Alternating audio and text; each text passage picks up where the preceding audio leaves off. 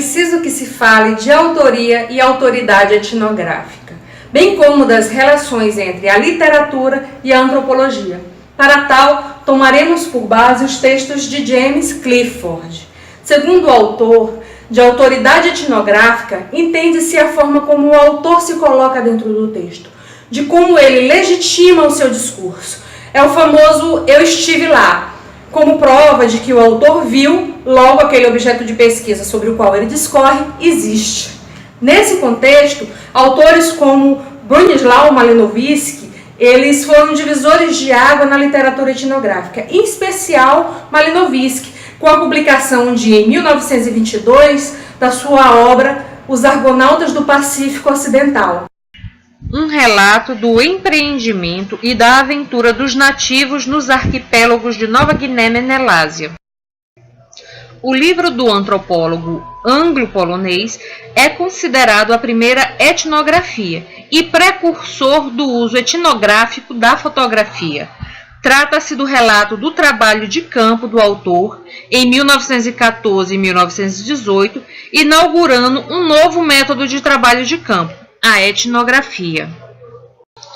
Malinowski reforça a teoria de que a melhor pesquisa é aquela em que há o envolvimento do etnógrafo com o nativo, em que o antropólogo sai da chamada pesquisa de gabinete e passa a participar das comunidades que se estuda, para fazer não só o esqueleto ou a carne e o sangue, mas o espírito dos selvagens.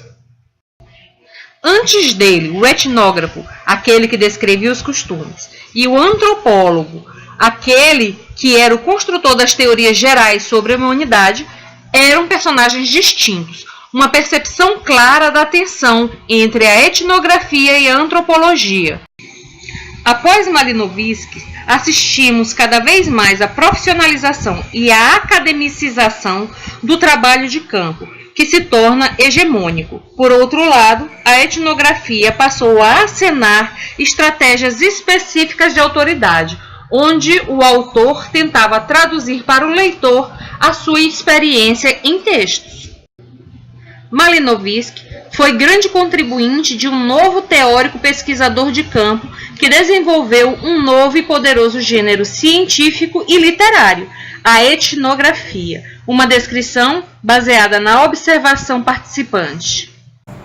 É nessa atmosfera que James Clifford publica o livro Uma Experiência Etnográfica, Antropologia e Literatura no Século XX, onde o autor demonstra como foi se construindo esses conceitos de autoridade etnográfica. Segundo o autor, os atuais estilos de descrição cultural estão defasados, estão muito limitados e estão sofrendo, ao longo do tempo, importantes metamorfoses. Para Clifford, o desenvolvimento da ciência etnográfica não pode ser compreendido em separado de um debate político-epistemológico mais geral sobre a escrita e a representação da alteridade, que é a concepção que parte do pressuposto básico de que todo homem social interage e interdepende de outro. Ele cita a legitimação do pesquisador de campo profissional, de padrões normativos de pesquisa, de sofisticação científica e da simpatia relativista. Outra questão importante era o domínio da língua nativa, ou apenas a utilização de termos linguísticos nativos pelo pesquisador na etnografia, onde o domínio da língua não era crucial.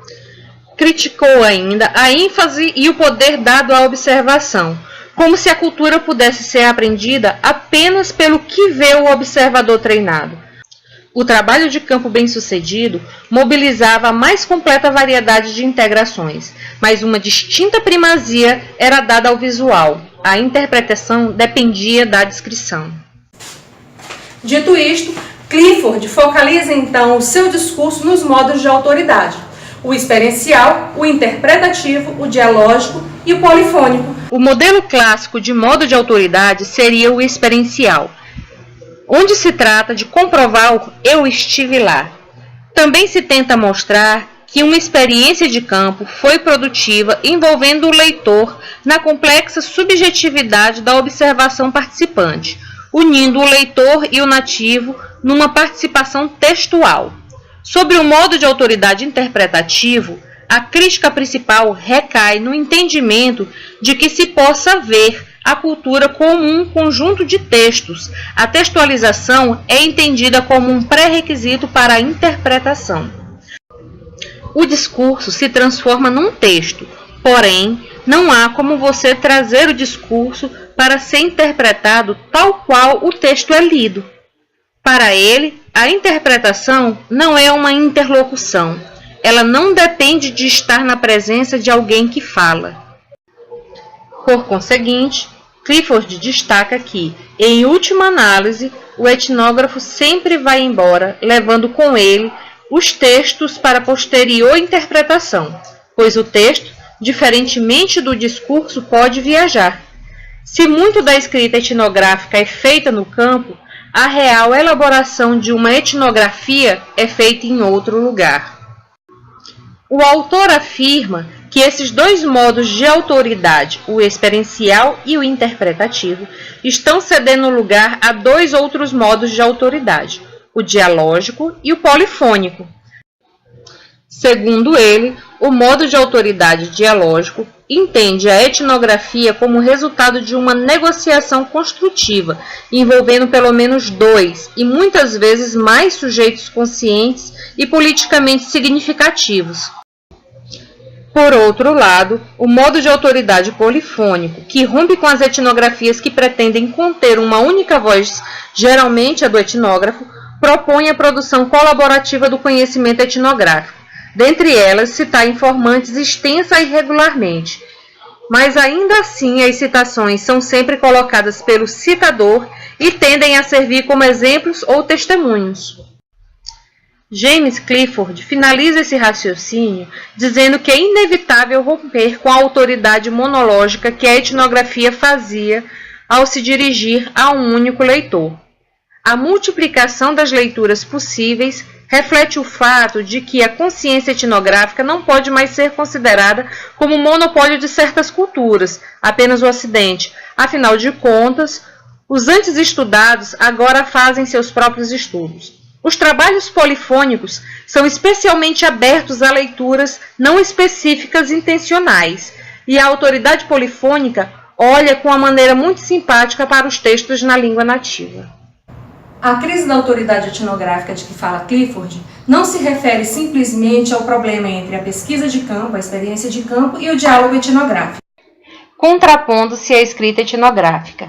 Há sim o problema mais geral colocado para aqueles que, como antropólogo, falam a partir de uma posição determinada no campo social, departamentos universitários, por exemplo. E tem que se haver uma imensa proliferação de discursos sobre sociedades e as culturas. O gênero por excelência da era clássica do século XX da etnografia é a monografia. E construiu-se sobre o pressuposto impensado da unidade cultural, territorial, linguística, social de seu objeto de estudo. Muito embora a tendência reflexiva da antropologia atual possa e deva ser vista a partir de um contexto de luta de gerações, em que, à maneira dos movimentos literários e artísticos, uma nova vanguarda se apresenta em contraposição à vanguarda consagrada. Os modelos clássicos da monografia não mais parecem adequados para descrever os modelos pluriétnicos da sociedade contemporânea. E isto inclui virtualmente a totalidade das antigas reservas coloniais de nativos.